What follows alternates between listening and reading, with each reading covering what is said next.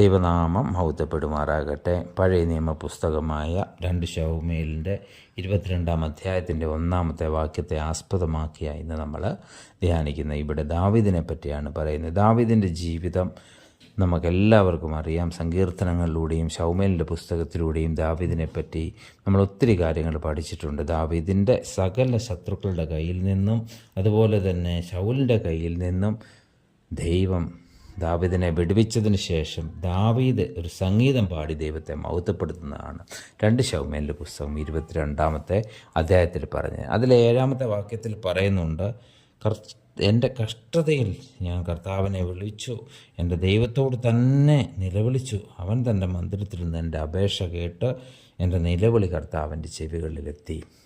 തീർച്ചയായിട്ടും ഇതേ അനുഭവങ്ങൾ നമ്മുടെ ജീവിതങ്ങളിലുമുണ്ട്.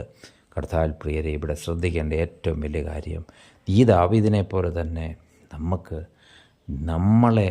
നമ്മളുടെ സങ്കടങ്ങളിലും നമ്മുടെ കഷ്ടതയിലും നമ്മുടെ ജീവിതത്തിലെ എല്ലാ സാഹചര്യങ്ങളിലും നമ്മളെ സഹായിച്ചു കൊണ്ടിരിക്കുന്ന ദൈവത്തിന് ആത്മാർത്ഥ ഹൃദയത്തോട് നന്ദി പറയുവാനും സാക്ഷ്യമുള്ളൊരു ജീവിതം ജീവിക്കുവാനും സാധിക്കുന്നുണ്ടോ? കർത്താവിൽ പ്രിയരെ, അതുകൊണ്ട് ദൈവം ചെയ്ത ഓരോ ഉപകാരങ്ങൾക്കും ഹൃദയപൂർവ്വം ദൈവത്തിന് നന്ദി പറഞ്ഞുകൊണ്ട് ജീവിക്കുവാൻ, അതിലൂടെ ദൈവത്തിൻ്റെ കൃപ അനുഭവിക്കുവാൻ കർത്താവായ യേശുക്രിസ്തുവിലൂടെ ദൈവം നമ്മെ ഓരോരുത്തരെയും സഹായിക്കട്ടെ. ആമേൻ.